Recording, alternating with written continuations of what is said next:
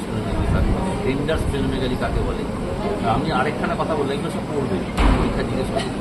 আরেকখানা বললাম যে স্প্লিন 2.5 টাইজ বাড়েনি, যেমন এটা সামনে থেকে প্যালপেবল নয়, but there is a suspicion of splenomegaly. সেটা কী করে বলবো? তুমি আল্ট্রাসাউন্ড করবে, আল্ট্রাসাউন্ড দিয়ে করতে পারো, অথবা ক্লিনিক্যাল আল্ট্রাসাউন্ড করতে পারো। Percussion is clinical ultrasound. তুমি 9 বা 10 টিপের এখানে স্পেসে দেখবে যে ওই জায়গাটা টিম্প্যানেটিক আছে, নর্মাল অ্যাবডোমিনাল যেটা টিম্প্যানেটিক, এই জায়গাটা দেখো টিম্প্যানেটিক, এখানটাও টিম্প্যানেটিক। যদি এখানটা ডাল হয় এরকমভাবে, তার মানে এখানে স্প্লিন আছে, ঠিক আছে, কিন্তু সেটা প্যালপেবল নয়। তিনটে মেথড আছে, ক্যাস্টেলেনি, নিকল বলে, এরকম তিনটে মেথড আছে। বাংলা ব্যাপার হচ্ছে তোমাকে এখানে পারকাস করতে 9, 10, 11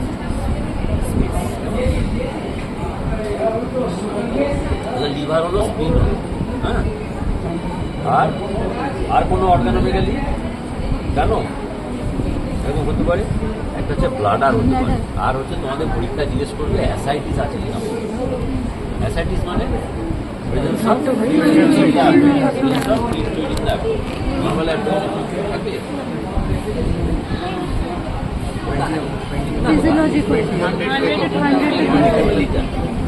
Only 50 liter. There is a capillary layer of fluid in between the guard groups. যাতে গার্ড যখন মুভমেন্ট হবে একে অপরের সাথে ফ্রিকশন, রিডিউস দ্য ফ্রিকশন। যখন there is increased amount of liquid in the peritoneal cavity, it is এবার 50 মিলিলিটারের উপরে হলে তাহলে অ্যাসাইটিস। সেটাকে আমি ক্লিনিক্যালি বোঝা যাবে? ক্লিনিক্যালি বুঝতে গেলে আমাকে আল্ট্রাসাউন্ড, এই আসতে বাবা আসতে বারবার বলতে,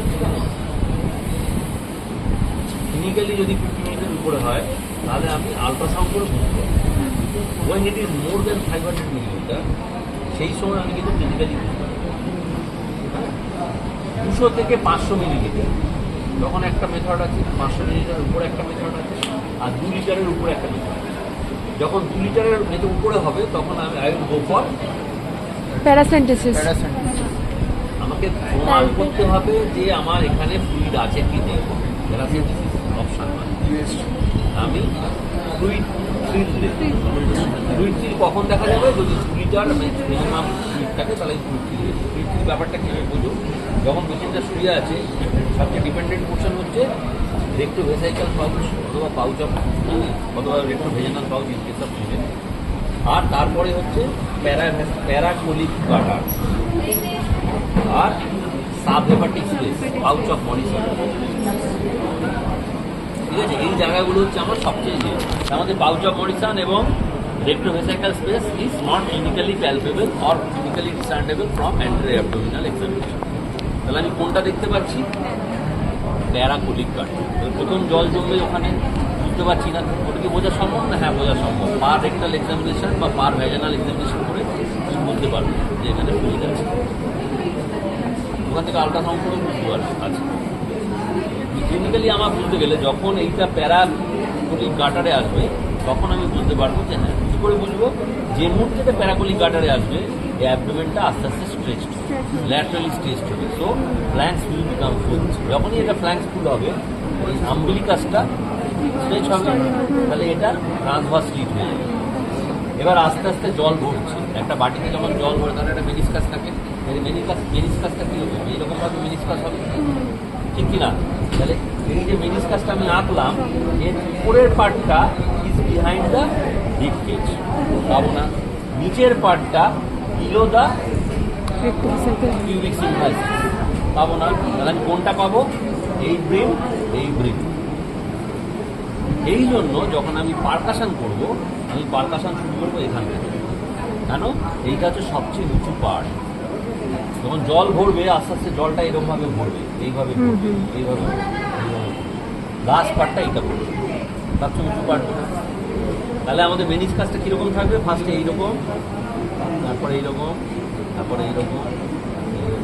তাহলে আমাদের পারকাশনের গোল্ডেন মেথড হচ্ছে from normal to abnormal. First নর্মালটা আমি কোথায় এক্সপেক্ট করছি? তাহলে এপিগাস্ট্রিক রিজিয়ন থেকে আমি ফার্স্ট শুরু করছি। এবং পারকাশনের সেকেন্ড মোস্ট ইম্পর্টেন্ট পয়েন্ট হচ্ছে দ্য পারকাশন ফিঙ্গার যে ফিঙ্গারটা দিয়ে আমি পারপাস করবো এটাকে বলে দুটো ফিঙ্গার। এটা হচ্ছে ফ্লেক্সিমিটার ফিঙ্গার, Fleximeter. আর এটা this is fleximeter finger, this is flexor finger. Fleximeter finger will lie parallel to the expected line of abnormality. Expected line of abnormality এখানে কোথায়? আমি যখন এখানটা দেখছি এর expected line of abnormality কোথায়? এখানে। তাহলে it will lie parallel to the expected line of abnormality and it will approach it perpendicularly. এটা হচ্ছে second rule. Third rule, the flexor finger will strike the fleximeter finger over the middle phalanx at right angle and the movement will come from the wrist side. তাহলে তিনটে golden rules of percussion. First, from normal to abnormal. Second, the fleximeter finger will lie parallel with the expected line of abnormality and it will approach it perpendicularly. Third, the flexor finger will strike the fleximeter finger over the middle phalanx at right angle and the movement will come from the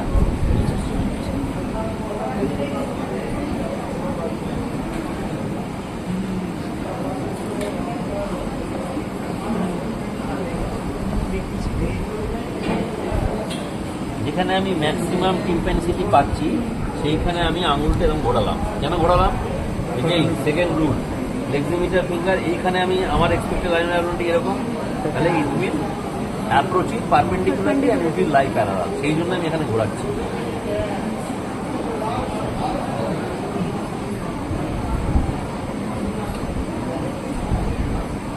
এখানে ডাল পেয়ে গেছি, ঠিক কিনা? কিন্তু ডাল পেয়ে গেলে ছাড়লে হবে না, আমাকে কি দেখাতে হবে? এই যে ডালনেসটা আছে it is continuous up to flag. কেন? যদি ফ্রি ফ্লুইড হয় তাহলে এটা এখান থেকে এত পর্যন্ত থাকবে। এমন হতেই পারে এখানে ভেতরে একখানা কোনো লোকুলেটেড ডিফিউশন আছে বা কোনো একটা ছোট অর্গান রয়েছে যেটা অর্গানোমেগালি লিম্ফ নোড বা কোনো মাস, সিকাল মাস, তাহলে আমি এখানে একখানা লোকালাইজড ডালনেস পাবো। আমাকে দেখাতে হবে যে ডালনেসটা আমি পাচ্ছি, এই dullness is continuous through to the flag. তাহলে আমি এখানে থামবো না, এখানে পেয়েছি, এখানে মার্ক করলাম, মার্ক করে হাত না উঠিয়ে আমি দেখাবো যে এই পর্যন্ত ডাল, ফ্ল্যাগ বন্ধ ডাল হয়ে গেল। আর আমি কন্টিনিউটি দেখিয়েছি। এবার বাঁ দিকে ঘুরে যান, আঙুল এখানে রেখে পেশেন্টকে বললাম বাঁ দেখো, লাইভারিকেশন অফ রেক্টি পাওয়া যাচ্ছে। পেশেন্টকে বাঁ দিকে ঘুরতে বলবো, বলে আমি 45 সেকেন্ড থেকে 1 মিনিট ওয়েট করবো। কেন? To allow the fluid, if there is a free fluid it will gravitate downward. Gravitate কোনো দিকে চলে যাবে। তাহলে এখানে আগে ফ্লুইড ছিল, আমি ডালনেস পেয়েছিলাম, এখন ফ্লুইড নেই, এটা সবচেয়ে উঁচু জায়গা। তাহলে কি পাবো? টিম্প্যানিসিটি। ঠিক আছে, হলো না? আমাকে দেখাতে হবে যে এই যে জায়গাটা আমি ডাল পেয়েছিলাম সেই জায়গাটা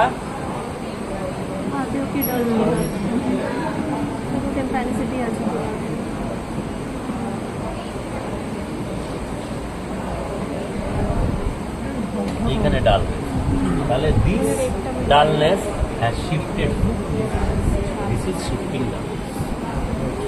ঠিক আছে, এটা আমাকে দুদিকেই করে দেখাতে হবে। এর একটা প্রি রিকুইজিট আছে, যদি তোমাকে শিফটিং ডালনেস পরীক্ষা দেখাতে বলে, তোমাকে এই যে আমি দেখাচ্ছি তার মানে কি, এমন নিচে যদি অন্য কোনো কিছুর জন্য ডালনেস থাকে তাহলে সেটা আমার ফাইন্ডিংসটাকে গন্ডগোল করে দেবে। ঠিক হতে পারে, লিভার হতে পারে।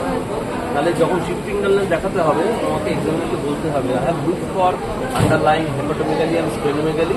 যদি থাকে সেটা তুমি মার্ক করবে, সেটাকে বাদ দিয়ে করবে। যদি না থাকে সেটাও বলে দিতে হবে যে হেপাটোমেগালি, স্প্লেনোমেগালি বা অন্য কোনো অর্গানোমেগালি আমি পাইনি, now I am looking for shifting dullness. এবং পেশেন্টকে এক্সামিনারের সামনে জিজ্ঞেস করবে যে লাস্ট বাথরুম কখন করেছে। যদি পেশেন্ট কিছুক্ষণ আগে করে আসে কোনো ব্যাপার না, যদি না করে আসে 3 ঘন্টা 4 ঘন্টা আগে, will fill for the full bladder. Bladder এরকম যখন ফুল হবে তো এরকমভাবে হবে। এমন সময় হয় আম্বিলিকাস পর্যন্ত ফুল হয়ে আছে, তখন তুমি ডালনেস পাবে ওখানে। তাহলে পেশেন্ট রিসেন্ট ওয়াশরুমে গেছে কিনা সেটা তোমাকে জিজ্ঞেস করতে হবে। যদি না গিয়ে থাকে fill for the full bladder. যদি ফুল ব্লাডার হয় ask the patient to liver and then again. এইটা কিন্তু এক্সামিনারের সামনে করতে হবে। তুমি যদি সেটা না করো তাহলে গাঙ্গুরাম পাবে। গাঙ্গুরাম জানো? রসগোল্লা।